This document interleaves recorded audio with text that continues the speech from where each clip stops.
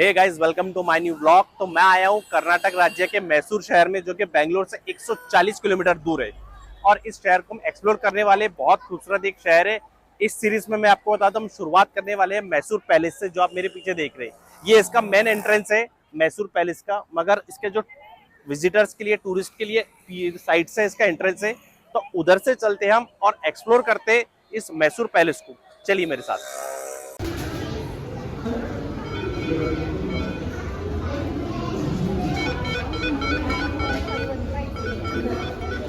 दोस्तों, यहाँ से हम अभी एंटर हुए और एंटर होने के बाद सबसे पहले हमको एक टेंपल दिखता है। ये देखिए आप, ये हमें टेंपल दिखता है सबसे पहले एंटर होने के बाद। और ये है रास्ता, तो हम इधर ये रास्ते से जाएंगे। देखिए, चलिए अब आगे चलते। दोस्तों, ये हमें एक लॉन दिखता है। ये देखिए कितना खूबसूरत लग रहा है, ये देखिए। और ये है मैसूर पैलेस। मैं इसके सेंटर में लेके जाऊंगा मैं, और आपको बताऊंगा ये सेंटर से कैसा दिखता है मैसूर पैलेस। तो चलिए अंदर चलते इस रास्ते से, और सेंटर में जाके मैं आपको बताता हूँ। जैसे बहुत से लोगों को से ये गोल्फ कार्ट भी है, जो गोल्फ कार्ट से जाना चाहते हैं। तो दोस्तों, अभी हम एंटर हो चुके हैं इस मैसूर पैलेस में। मैं आपको बता दूं, ये भारत का सबसे बड़ा पैलेस है। जो दूसरे नंबर का पैलेस था वो सिटी पैलेस था उदयपुर का, जो मैंने आपको बताया। और मैं एक बात और बता दूं, ये जो पैलेस है, ताजमहल के बाद ये दूसरी जगह है जहाँ सबसे ज्यादा टूरिस्ट यानी पर्यटन आते हैं इस पैलेस पे। तो अभी हम इसके अंदर जाएंगे और इस पैलेस को एक्सप्लोर करेंगे। उसका रास्ता उधर से है, वहां से हम अभी एंटर करेंगे। मैं इसके सेंटर में खड़ा हूँ, यहाँ से ये पैलेस नजर आता है। देखिए, टूरिस्ट के लिए ये राइट साइड से इधर से एंट्री थी। वैसे इसका मेन एंट्रेंस ऐसा उसके पीछे है, सामने से, जो मैंने आपको बताया।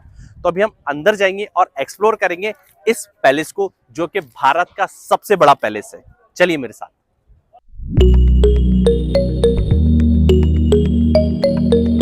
तो दोस्तों, मैं आपको बता दूं, अंदर जाने से पहले जूते चप्पल आपको उतार के यहाँ जमा करना पड़ेंगे, जिसके लिए 2 रुपये चिल्लर होनी चाहिए आपके पास। मैं तो बहुत इंसल्ट होंगी, क्योंकि कोई देता नहीं है जल्दी से। तो यहाँ आप जूते चप्पल रखिए, और वहाँ से एंट्री है, और उधर से हम एंटर होंगे इस पैलेस के अंदर। चलिए अंदर चलते हैं और एक्सप्लोर करते हैं इस पैलेस को। इस महल को अम्बा विलास महल के नाम से भी जाना जाता है। कृष्णराज वड़ियर चतुर्थ ने 1897 ईस्वी में बनवाया था। उस समय इसे चंदन की लकड़ियों से बनाया गया था, पर एक दुर्घटना में यह क्षतिग्रस्त हो गया। उसके बाद दूसरा महल 1912 में बनवाया गया था। दोस्तों, उस वक्त इस महल को बनाने में 42 लाख रुपए का खर्च लगा था। यह महल 245 फीट लंबा और 156 फीट चौड़ा है। इस महल के ऊपरी भाग पर स्थित गुंबद गुलाबी रंग के सिलेटी पत्थर से बनाई गई है।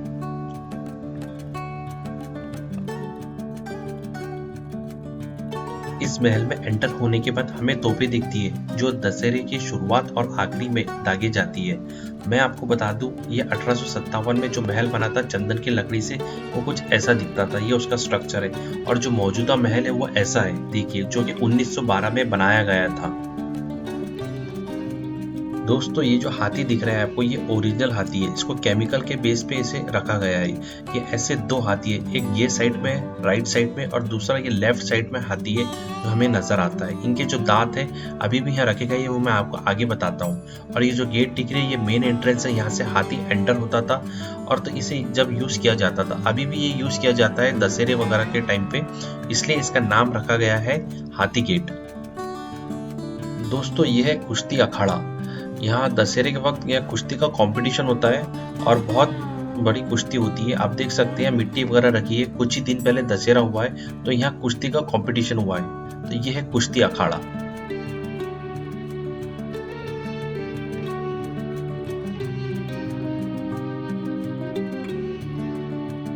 ये है कल्याण मंडप, मैरिज हॉल। मैं आपको बता दूं, जो आपको ये पिलर्स दिख रही है, इसके ऊपर जो गोल्ड कोटिंग दिख रही है, ये रियल में गोल्ड कोटिंग की गई है। और आज भी यहाँ शाही परिवार की शादियां होती है। ऊपर बालकनी में गेस्ट बैठते हैं और नीचे शादियां होती है। देखने में बहुत खूबसूरत लगता है इस महल के अंदर ये कल्याण मंडप। आगे बढ़ने के बाद हमें इस रूम में बहुत सारे फोटोग्राफ दिखते हैं, जो कि रॉयल फैमिली के फोटोज है। जो शाही परिवार है, उनके फोटोज दिखते हैं हमें इस रूम में। यहाँ लिखा हुआ भी है pictures of the royal family.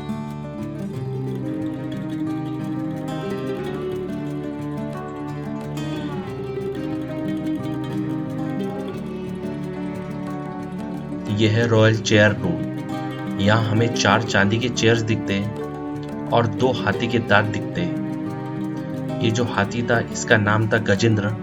मरने के बाद इसके दांतों को यहाँ सजा के रखा गया है।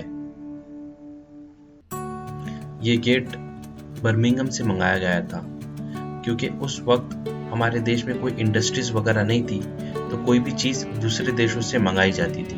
तो ये इंग्लैंड के शहर बर्मिंघम से मंगाया गया गेट है। दोस्तों ये है गोल्डन हौदा। इसे हाथी के ऊपर रखा जाता था और राजा इसमें बैठते थे।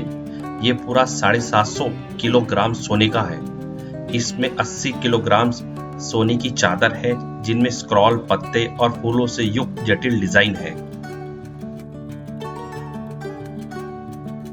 ये है कृष्णराज वॉरियर जिन्होंने इस महल को बनाया था और बाजू में है इनके अंगरक्षक। मैं आपको बता दूं, क्वीन विक्टोरिया ने इन्हें एक घड़ी गिफ्ट की थी जो आपको पीछे नजर आ रही होंगी। और ऊपर 2 लैंप है जो कि फ्रांस से मंगाए गए थे। देखिए आप, ये दो लैंप दिख रहे हैं ना, ये फ्रांस से मंगाए गए थे।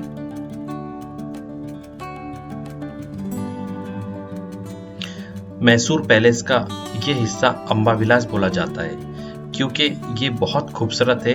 यहाँ पत्थर के ऊपर सोने की परत चढ़ाई गई है। इसके कारण यहाँ आपको बहुत लोगों का जमावड़ा देखने मिलेगा और ये सबसे खूबसूरत जगह है इस मैसूर पैलेस में, अंबा विलास।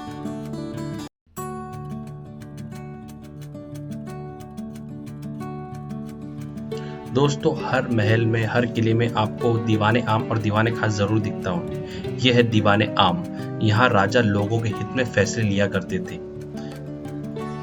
मैं आपको बता दूं, उनके बैठने की जगह यहाँ होती थी, यहाँ वो बैठते थे और प्रजा उनके यहाँ सामने बैठती थी।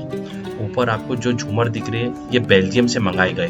व्हाइट वाला झूमर बेल्जियम से मंगाया गया है और आपको रेड और ग्रीन जो झूमर दिख रहा है ये इटली से मंगाए गए हैं। तो ये इतना खूबसूरत बना हुआ है इनका दीवाने आम। और ऊपर आपको जो खिड़कियां दिख रही होंगी वहाँ महिलाएं बैठती थी। शाही परिवार के जो हो रहा है सामने उनको दिखता था। मैं आपको बता दूं, इधर साइड में कुछ लोगों को बैठने का भी बना हुआ है और राइट साइड में भी बना हुआ है। यहाँ कुछ लोग बैठ के, जो उनके करीबी लोग होते थे, जो सलाहकार मंत्री, वो यहाँ बैठते थे।